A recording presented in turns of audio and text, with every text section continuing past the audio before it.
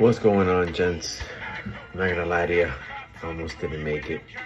I'm exhausted, and so we're just gonna power through this one and do it for the culture. Week 9 reviews.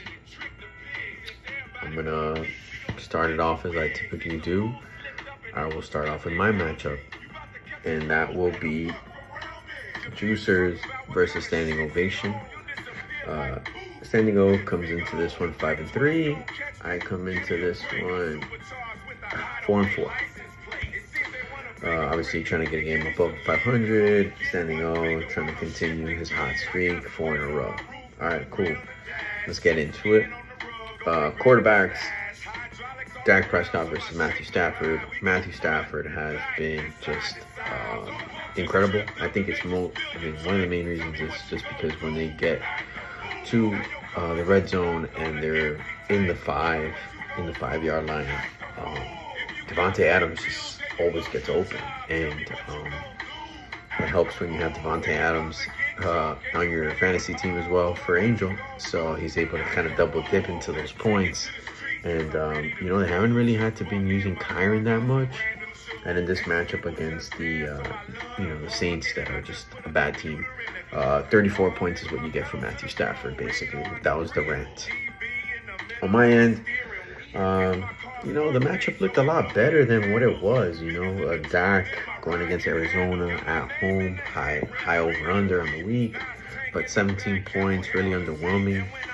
Missed a lot of opportunities, just not the game that you expected from Dak, and definitely hurt me at the end. Running backs, Chase Brown has been pretty good with Joe Flacco. Joe Flacco kind of using him in the receiving game, which is kind of one of his skill sets, which is the PPR work, and that's what kind of helped him out this week with 16.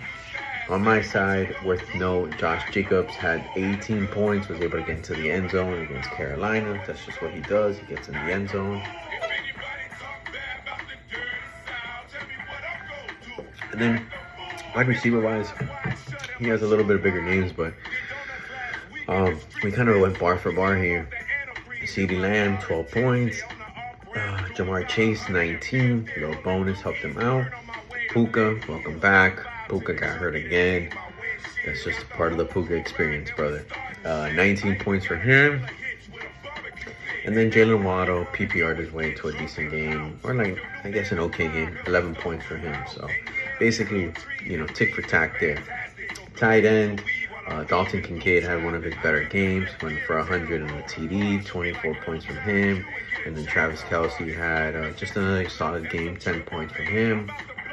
As I mentioned when we were talking about the Matthew Stafford experience, Davante Adams, he's on Angels team. He caught 2 touchdowns, 20 points from him. Huge out of your flex. And then nothing really from me at least. Maybe Cortland Sutton, I guess, 9.5 if you really want to go there. And the kickers were both not good, and the defenses weren't good either. But all in all, man, the quarterback really was the difference maker in this matchup. It was a 17-point edge, and Angel won by 13. So that's just kind of what it came down to, honestly. And that's it, man. Standing O goes to 6-3. He's been balling after all those moves. And I go to 4-5, a game under 500.